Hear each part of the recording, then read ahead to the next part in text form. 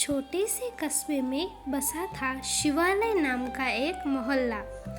वहीं पर एक पुराना लेकिन साफ सुथरा घर था जिसमें रहती थी शांति देवी और उनकी बहू सुमन।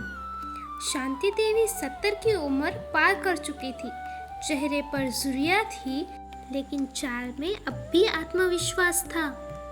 उनका बेटा मनोज शहर में नौकरी करता था और महीने में एक ही बार घर आता था। सुमन एक सीधी सादी और सुसंस्कारी लड़की जिसकी शादी को अभी 3 साल ही हुए थे। जब वह इस घर में आई थी तो उसने सोचा था कि सास को माँ की तरह मानेगी, पर धीरे धीरे उसे एहसास हुआ कि सास माँ इतनी सरल नहीं थी। शांति देवी को लगता था कि बहू ने उनके बेटे को उनसे छीन लिया है। पहले जो बेटा हर बात माँ से पूछता था, अब हर छोटी बड़ी बात में बहू की राय लेता है। सुमन भी इस बदलाव को समझ नहीं पाई। वह रोज सुबह जल्दी उठकर पूजा करती, खाना बनाती, घर के काम करती, फिर भी सास की आंखों में कभी अपनी तारीफ नहीं देख पाई। शांति देवी अक्सर ताना देती, आजकल की लड़कियां तो बस दिखावे में लगी रहती है, सेवा भाव जैसा मिट ही गया। सुमन चुपचाप सुन लेती, कभी जवाब नहीं देती। पति मनोज जब आता तो सुमन कुछ भी नहीं कहती क्योंकि वह नहीं चाहती थी कि माँ बेटे के रिश्ते में दरार आए। एक दिन की बात है, सर्दी की रात थी। शांति देवी को तेज बुखार हो गया। मनोज शहर गया हुआ था। सुमन ने बिना देर किए डॉक्टर को बुलाया, दवा लाई और रात भर सास के सिर पर ठंडे पानी की पट्टियां करती रही। सुबह होते होते बुखार कुछ कम हुआ। शांति देवी ने जब आंखें खोली तो देखा कि सुमन उनके पैरों के पास बैठी है और आंखों में नींद के साथ चिंता भी है। उस एक पल में शांति देवी को एहसास हुआ कि जिस बहू को वह अपने मन से कभी स्वीकार नहीं कर पाई, वही अब उनकी देखभाल में कोई कसर नहीं छोड़ रही। धीरे धीरे शांति देवी का व्यवहार बदलने लगा। अब वे सुमन को काम में मदद करती, साथ बैठकर बात करती और सबसे बड़ी बात, उन्होंने सुमन से बहू कहकर नहीं बल्कि बेटी कहकर पुकारना शुरू किया। सुमन, तूने मुझे दिखाया कि सास बहू का रिश्ता सिर्फ खींचतानी नहीं होता, उसमें माँ बेटी जैसा अपनापन भी हो सकता है। सुमन की आंखें भर आई।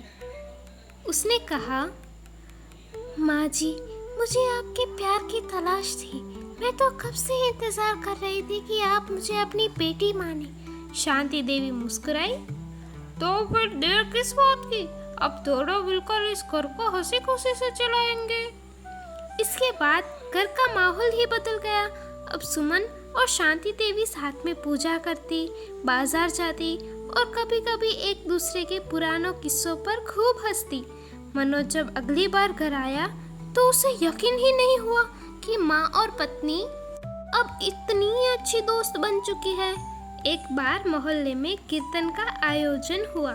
शांति देवी ने सबके सामने सुमन की खूब तारीफ की। मेरी बहू नहीं, ये तो मेरी बेटी है।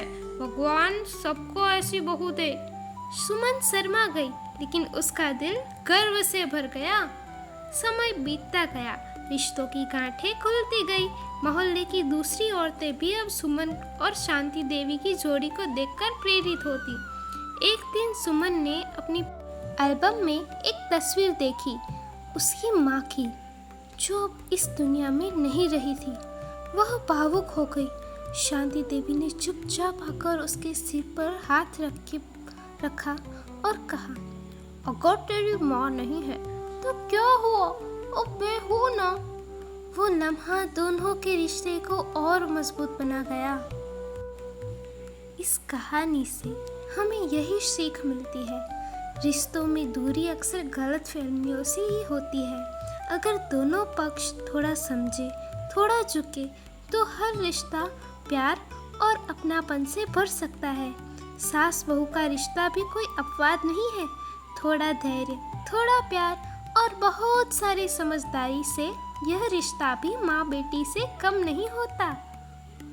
आपको ये कहानी अच्छी लगी हो और कुछ सीखने मिला हो तो हमारी YouTube चैनल को सब्सक्राइब कीजिए ताकि ऐसी ही और कहानियाँ अब हम आपको सुना सके। धन्यवाद।